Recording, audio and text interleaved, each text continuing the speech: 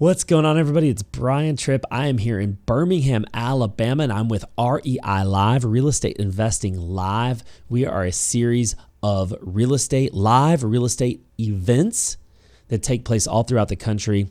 And our original location is here in Birmingham, and we have other locations. So if you want to learn more about real estate investing, you can definitely check out REI Live, Real Estate Investing Live. But today, I'm going to be doing a book review, and we're going to be reviewing this book right here by Keith Ferrazzi. It's called Never Eat Alone. It's a little bit older of a book, and I'm really just going to take you guys through this. I'm just going to we might be here for a while because I'm going to go through all the places I've highlighted, which were a lot. But as we open up the book to the copyright page, it looks like the book was written in 2005, but I may have a newer edition because I think that this edition was from 2014. So I think the original book was written in 2005. I have a newer edition here from 2014. It's a book called Never Eat Alone. It says expanded and updated. So if it was written in 2005, then there's a lot to update because especially with the advent of social media and things like that. But this is a networking book. Okay, Keith Ferrazzi wrote a networking book here with Never Eat Alone. And I'm a big networker. If you don't know who I am, you can kind of, maybe I'll link up some other things where I talk about networking a lot. I think networking is the single most important thing that we can do as business owners, business leaders, or people who are looking to get into business. So I seek different opportunities to network, and I want to learn how to network better. And one book that I've read that I used to consider to be the greatest networking book I've ever read is a book called The 7 Levels of Communication by Michael Mayer. It's a great networking book. This one may have surpassed it. There's so many great nuggets in here, and let's just dive in. What do you say? I want to just give you guys just a couple of nuggets that I see in this book that I just think are total game changers. If you do these few things, you're going to become a great networker. And before we do that, let's talk about that for a second. Why do we want to be great networkers? Like, what's in it to just be a good networker? Like, what does that mean? I'm of the opinion that I believe that most people don't know how to network. I believe that most people don't understand what it is, how to do it effectively. And I think a lot of people think that networking is going and talking to people, going to these boring events and going to these seminars and listening to other people talk and maybe trying to get out of my shell and go talk to a couple people. I think networking goes way above and beyond that. Personally, that's my personal beliefs.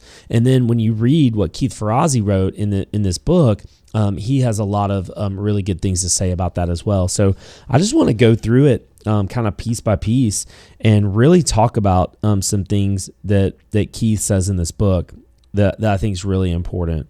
So, and I do want to say this too before we start diving in.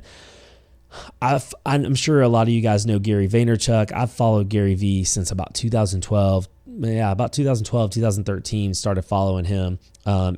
He talks a lot about marketing. He talks a lot about generosity. He talks a lot about empathy. And these are all things that show up in this book. Reciprocity. Gary V has a famous quote. I'm sure he got it from someone else, but he says he wants to be 51% of every relationship. Well, Keith kind of says the same thing in this book. So I think that I'm not saying someone's copying someone, but I really think that the laws and the principles of networking really go way, way, way back. And I don't think any of us are really truly inventing anything. We're just kind of understanding how businesses work so well for ourselves that we want to share that with other people. So I think that that's really what's going on here. So I'm in the preface. I'm not even on page 1 yet. I'm on page little x, little I, little v in the preface.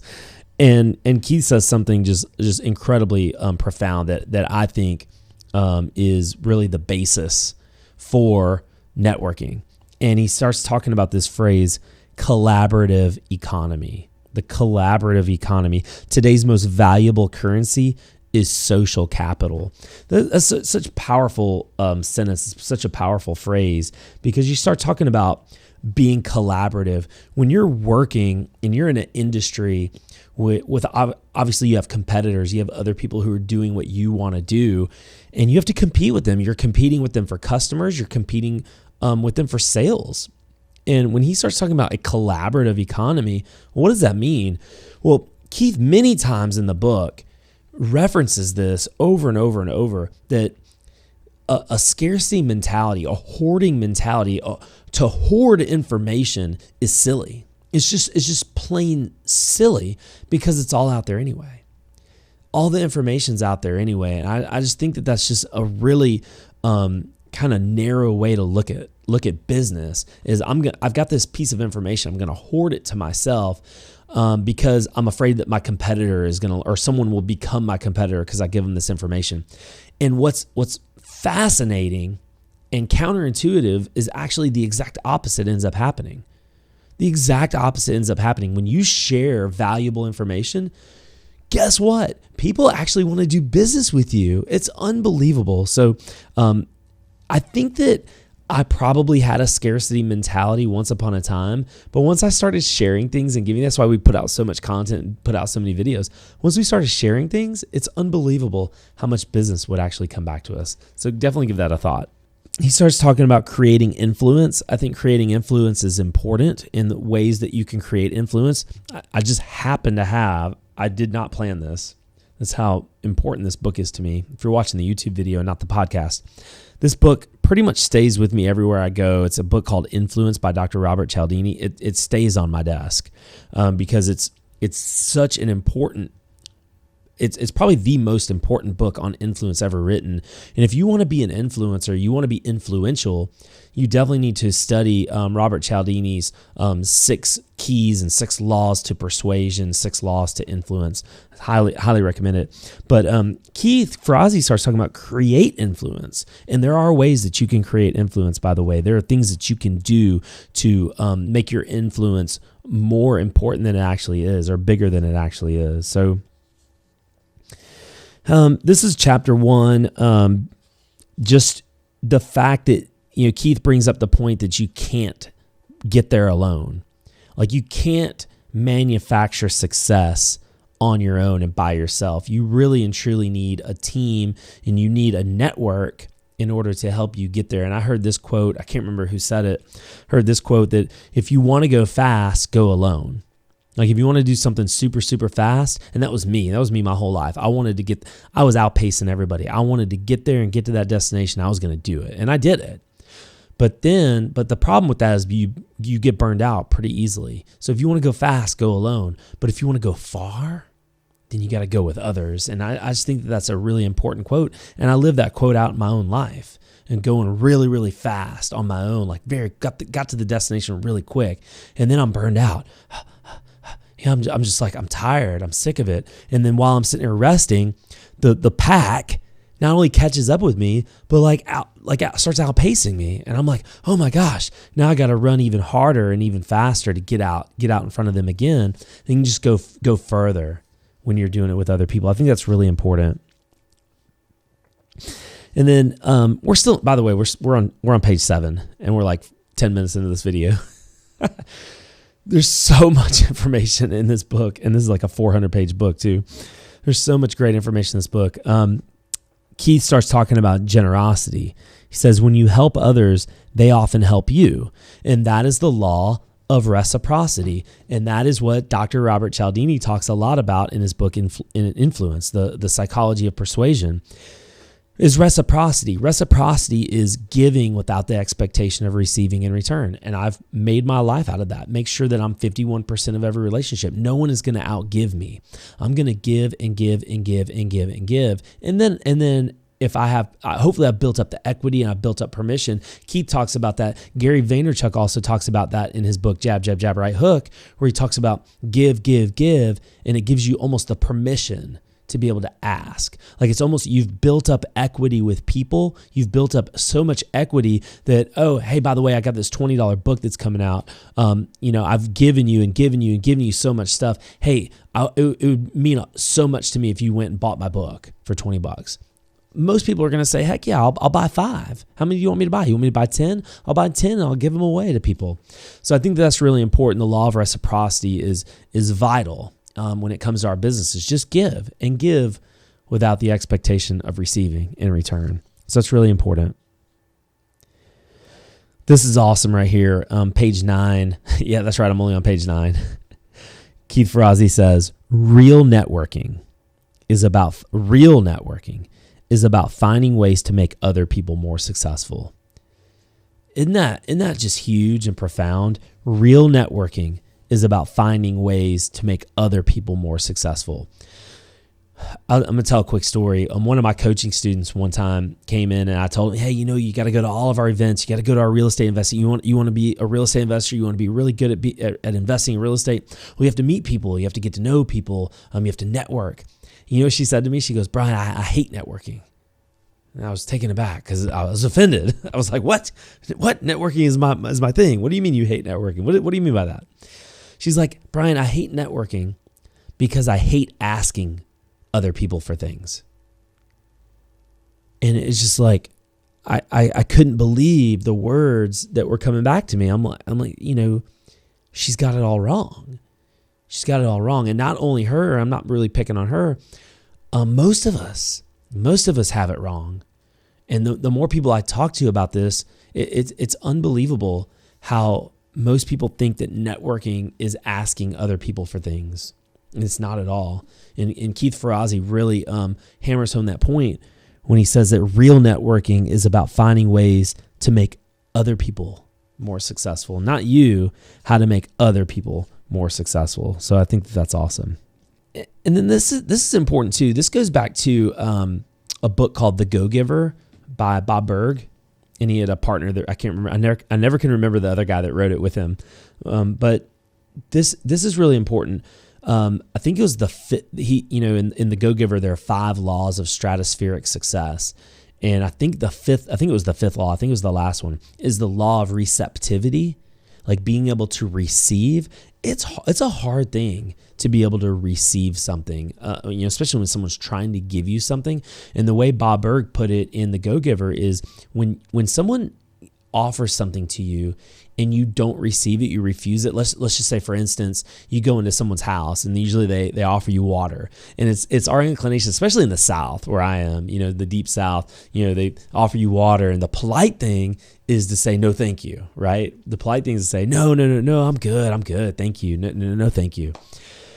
But what that actually does, it actually steals away the joy from the person who wanted to give you the water. Like, there's real joy in being able to give something like that. And so and then Keith actually says that here. This is page 15. Again, I've got the expanded and updated version. He says, you've got to be more than willing to accept generosity. You've got to be more than willing to accept generosity. And then the second part of that sentence, or second part of this phrase is, often you've got to go out and ask for it. So now we just got done talking about giving without the expectation of receiving. And Keith is saying sometimes we just have to ask for it. So I'll give you an example. We're launching, and by the time obviously this comes out, we will have launched, and it'll probably be super, super successful by the time some of you hear this. But we're launching REI Live in Atlanta. And I know a couple people in Atlanta kind of casually. I don't know them really, really well, but I know them casually. I know them through other friends, through other connections I have. And I reached out to them and said, hey, we're putting on this big networking event, this real estate networking event in Atlanta. They are real estate investors in Atlanta. And I say, hey, would you mind sending out our message to your list? And these are people with 10 plus thousand people on their lists. Hey, would you, just let everybody know in your network that we are putting on this big networking event where, we're not selling anything. We're just giving away a lot of great information. So I don't even know these people very well, but I wasn't afraid to ask because we had a mutual friend, one big mutual friend that is a really big deal. And both the people I reached out to are willing to do it, and they're willing to do it obviously because like what Keith says, that I'm willing to ask, but obviously I've built up equity with other people that they're friends with, that they're willing to do something like that for me. So don't hesitate to actually ask. Often you do have to go out and ask for it, but you've got to be more than willing to accept generosity too, which is that another point that Bob Burg points out in The Go-Giver, the law of receptivity. So, and I mentioned this earlier, is page 16, that information is fluid. This is what Keith Ferrazzi says on page 16. Information, unlike material resources, is fluid. It can appear or disappear at any moment. Having the best information at the point of need requires excellence in collaboration, co-creation, and communication. And then over here on page 17, in a hyper-connected marketplace, cooperation is gaining ground on competition. Oh man, I love that. Cooperation is gaining ground on competition. Now, I would suggest it's already there. It's surpassed it. Guys, if you are not cooperating, finding a way to coexist with your competitors, figuring out ways to collaborate, not compete, I promise you're going to go so much further. Again, it goes back to that going far with people, even your competitors. Now listen, there are going to be some competitors out there that want to strangle your throat and squash you because they hate you. And that's great. And in my opinion, I think you need to have the same mentality with those people. But I do suggest that you reach out to them and at least try to find a common ground and see if there are ways to work together. Because I'm a big believer in collaboration is going to end up being the winner in the long run. So if there are ways to figure that out, do it, because they have resources you just don't have and can't have, and vice versa. So consider that for sure. Consider working with people instead of competing with people. I think that's really important. And guys, all this goes back to networking. All this is huge, is just all about networking. This is big right here. Page 41.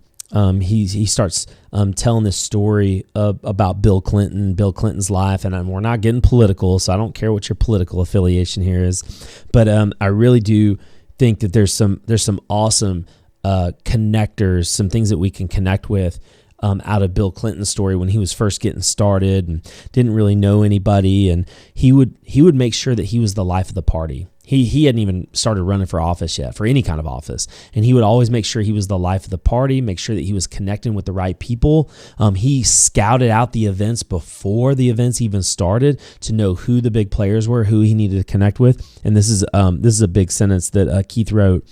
The more specific you are about where you want to go in life, the easier it becomes to develop a networking strategy to get there. So I hope you caught that.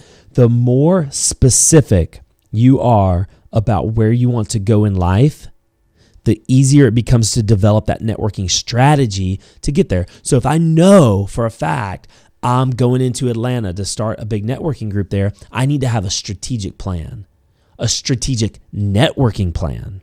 Okay.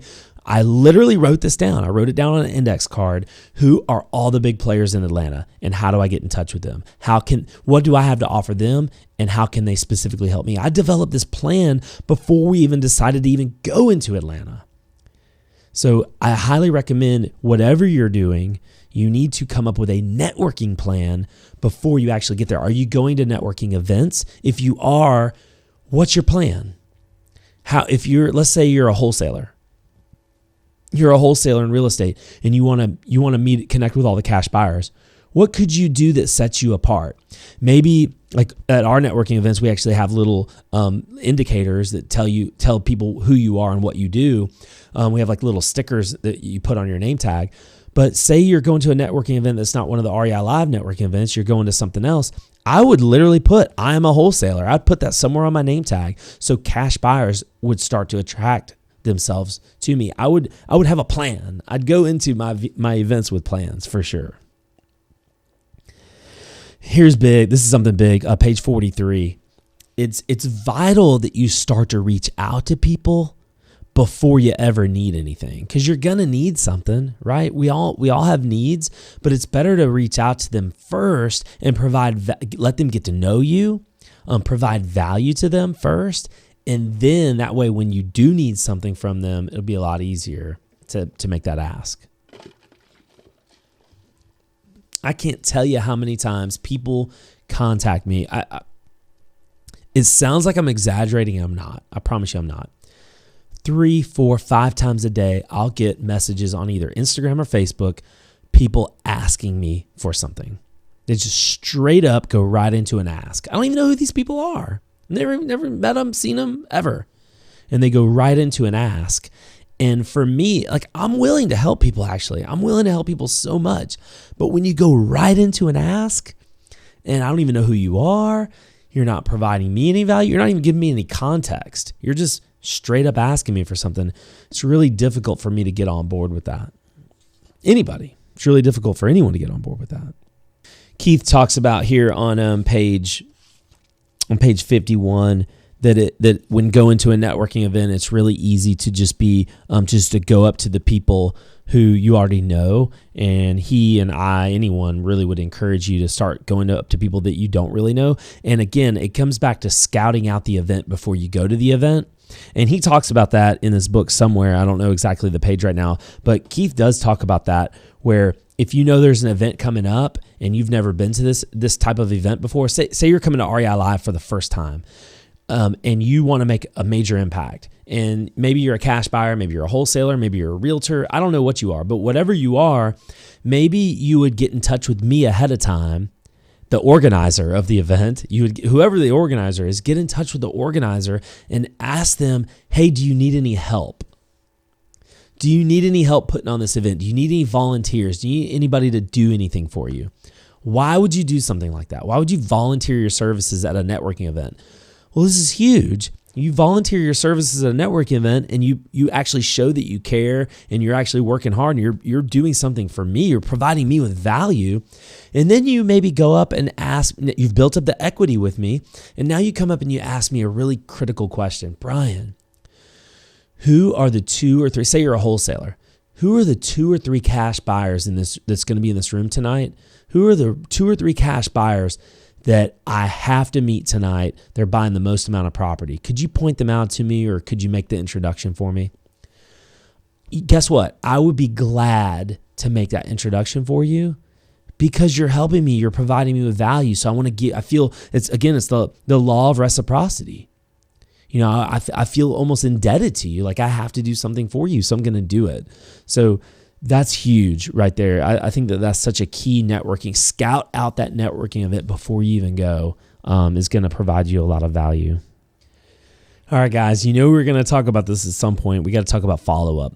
Follow-up is, you've heard some people say the fortune is in the follow-up. Follow-up is critical. It's really, honestly, when it comes to networking, doing business, whatever you're doing, it's follow-up. All the work is done in the follow-up. Now, obviously, first impressions are important. The small conversation that you're going to have at an event is important. But if you're not following up with people immediately, by the way, within 12 to 24 hours, no more than, then you're doing yourself a big disservice. So let's hear what Keith Ferrazzi has to say about follow-up. Specifically about follow-up, he says, do you want to stand out from the crowd? This is on page 112. Do you want to stand out from the crowd? Then you'll be miles ahead by following up better and smarter than the hordes scrambling for that person's attention. And then he writes it in all caps right here. Follow-up is the key to success in any field. Follow-up is the key to success in any field, all caps. Do you think this guy who, and he lists I don't have his resume handy, but do you think this guy who was CEO of big companies and corporations, started his own business as a consultant, you think this guy doesn't understand what he's talking about, how important follow-up is? Bolding it and all capping it right here. Follow-up is the key to success in any field, in any business, no matter what field you're in. Follow-up is critical. Do you want to stand out from the crowd? Then you'll be miles ahead by following up better and smarter. So how can you do that? How can you follow up better and smarter? Well, he mentions earlier that make your conversation stand out. Like start talking, like be value add in your conversation. He says earlier, when you meet with someone, this is page 111, when you meet someone with whom you want to establish a relationship, take the extra little step to ensure you won't be lost in their mental attic. You don't want to just be another person that someone talks to at a networking event. You want to be someone to remember. So how can you be someone worth remembering? Well, maybe if this is a person you knew was going to be at that event, if you knew that this was going to be a person that was going to be at that event, then you should get to know them, get to know their business, make sure you understand them maybe on a little bit of a personal level. Keith starts talking about going into their LinkedIn account, maybe their Facebook account, and learning more about them. Definitely learn more about their business so you can speak intelligently about who they are and appeal to something that's important to them. You'll really stand out if you do that. And then you do what? You follow up with them. Make sure you follow up with them the next day or even before then, that late that evening, and just let them know, hey, you remember me, I was this guy. And then I think Keith also, I don't have it highlighted in here, but Keith also mentioned you should try to set some sort of appointment in the future to talk again. Hey, I know we don't have a lot of time to talk right now. There's a lot to get to. Do you mind if I follow back up with you? You think next time I'm in whatever city you're in, you think we could have lunch or coffee or something like that? I'll just follow up with you. So it's really good to, we're always told that in sales anyway. You're always going to, let people know when it is the next time you're going to follow up with them. Hey, you didn't want to sign the paperwork today. Do you mind if I give you a call back here in a week or 2 weeks and see where you might be then? So we always do that in sales anyway. So it's really good stuff here. And then just to hammer home the point about follow-up, Keith says, follow up. After that, follow up again. Then after you've done that, go ahead and follow up once more. That's on page 132. So it's really important, obviously, to follow up. So this is some really good stuff on page one. Still not even halfway through the book, by the way. On page 148, start talking about expanding your circle. Collaboration means seeing each person in your network as a partner. So I think that's really important. To do that. As your community grows, partnering becomes more of a necessity. It becomes a matter of efficiency. So again, it goes back to that partnering and collaborative effort in your networking and in your network. And then, the next couple pages here, the art of the small talk. Small talk is important to break the ice, to get to know someone. Conversation, according to Keith, is an acquired skill, which means it can be learned. Small talk is the most important talk that we do, says Keith. And the more successful you use language, the faster you can get ahead in life. Power today comes from sharing information, not withholding it. Again, this is all stuff that we've talked about before. Guys, this is really big right here. Page 188. Real power comes from being indispensable. And what Keith is talking about here, this is actually really powerful. He talked earlier. I obviously I can't read the whole entire book to you, but he was talking earlier about being a super connector, or who are the super connectors, like politicians and figureheads, big CEO types. These people are some journalists can be super connectors. They know everybody. Well, being indispensable doesn't mean you know everything. It doesn't mean you have all the knowledge. It means you know everybody. You're almost, everyone says, oh man, look at the Mr. President over here. He's over here kissing babies and shaking hands with everybody in the room. That's the kind of person that is a super connector. They know everybody. So real power, says Keith Ferrazzi, real power comes from being indispensable. It's critical. Who you know determines how effectively you can apply what you know. Oh man, that's so big. Let me repeat that. Who you know determines how effectively you can apply what you know. If you know everything in the whole world, but you don't know anyone, you can't. How are you going to do business? It's more important. Obviously, people talk about your network is your net worth, things like that, like who can help you get there, who can help you get to that next place. But if you don't have those connections, if you don't know who these people are, then what you know, it's meaningless. It's almost meaningless, really and truly. I really like this over here on page 254 starts a chapter called Engineering Serendipity. Serendipity just means luck.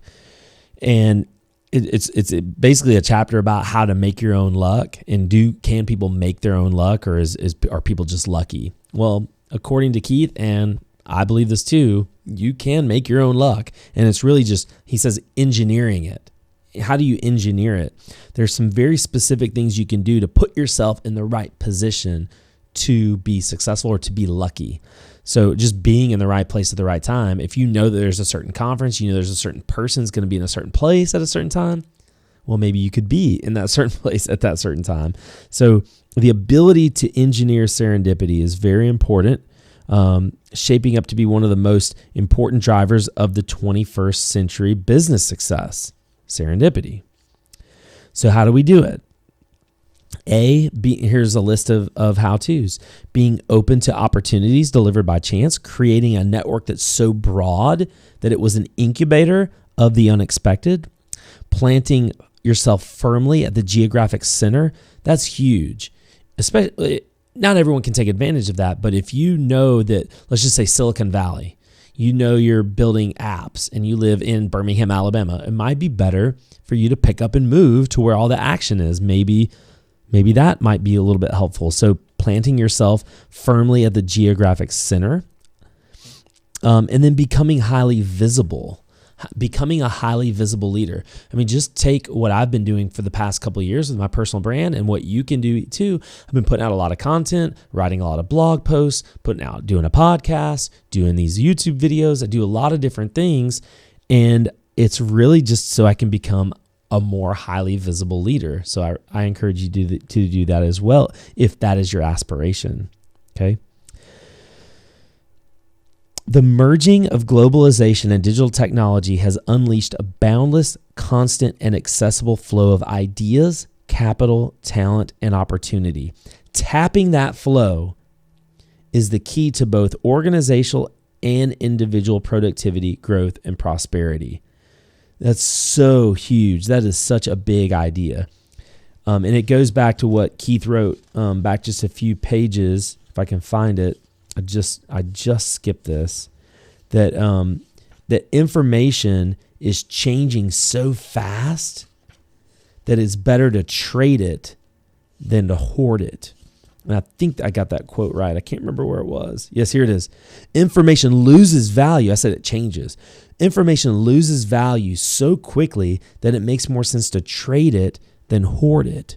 I'd rather be trading information than just hoarding it for myself, because it's going to lose value anyway, soon anyway. So that's definitely something that we can do. But engineering serendipity, making your own luck, is so huge. It's so important. A lot of people think that, oh man, he just got lucky, or he was just at the right place at the right time, or he just knew the right person. It just happened to know that thing. Well, there are certain things that you can do.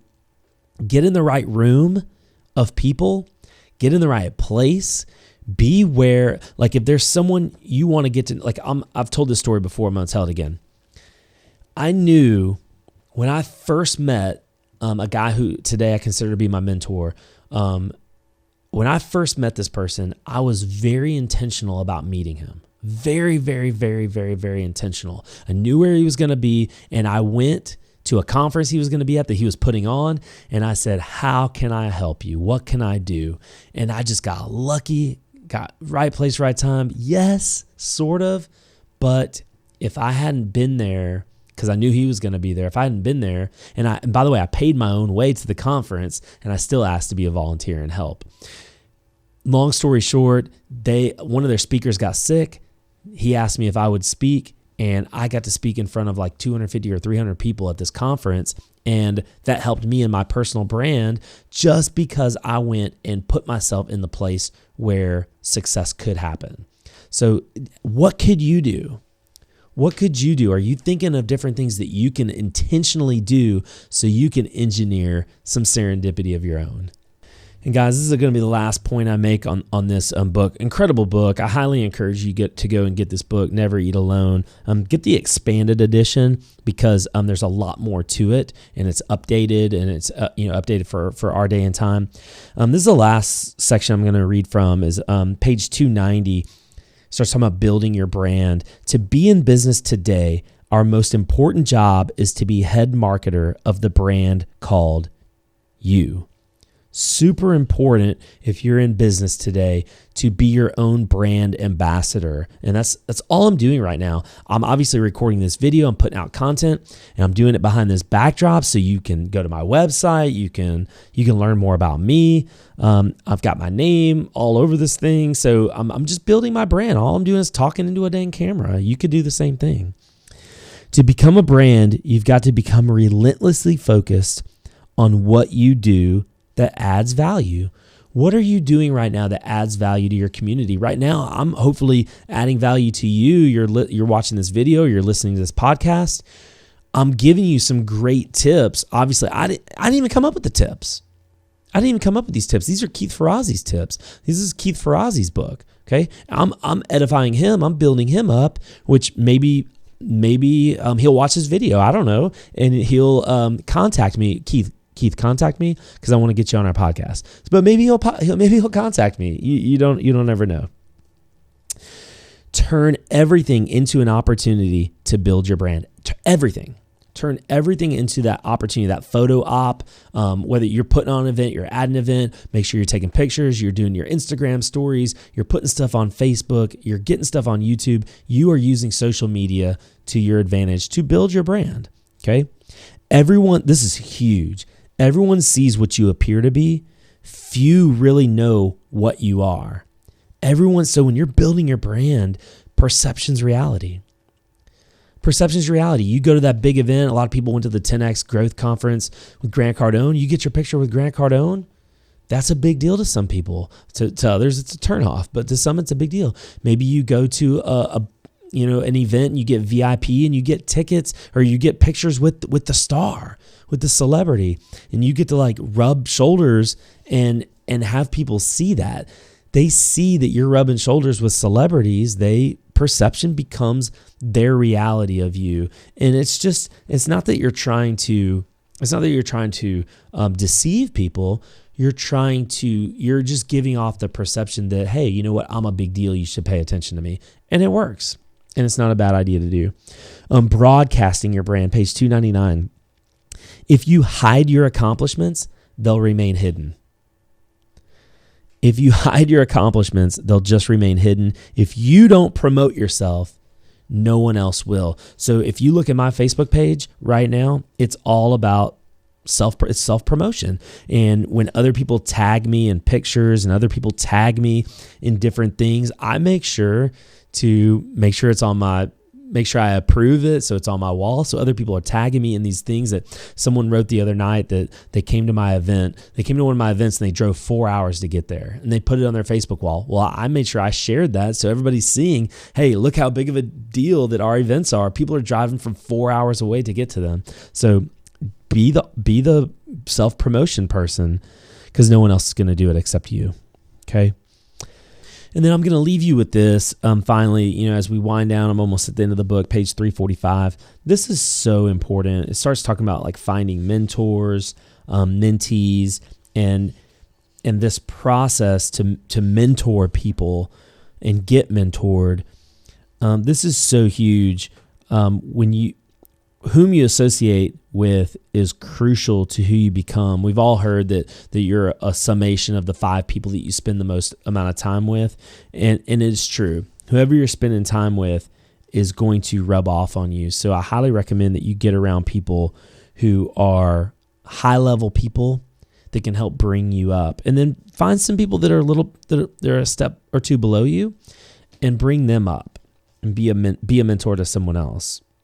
So I hope you guys enjoyed this book review of Never Eat Alone, Keith Ferrazzi. I can't recommend this book enough. It is I love Michael Mayer. Michael Mayer's been on our podcast, and this book's just got a little bit of an edge on the 7 levels of communication. I still love that book. I think it's a fantastic networking book. You definitely need to get that book.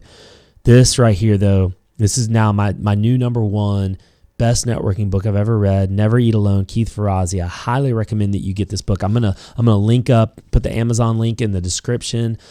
Guys, if you want to reach out to me, if there's ever anything I can do for you, if this was value, hopefully you'll like the video, you'll hit the subscribe button, you'll subscribe to our channel, and maybe if you're watching this and you've never heard anything about real estate, maybe watch a couple of our other videos and get plugged into some real estate investing. If there's something I can do to help you along your journey, I hope you reach out to me. Love you so much.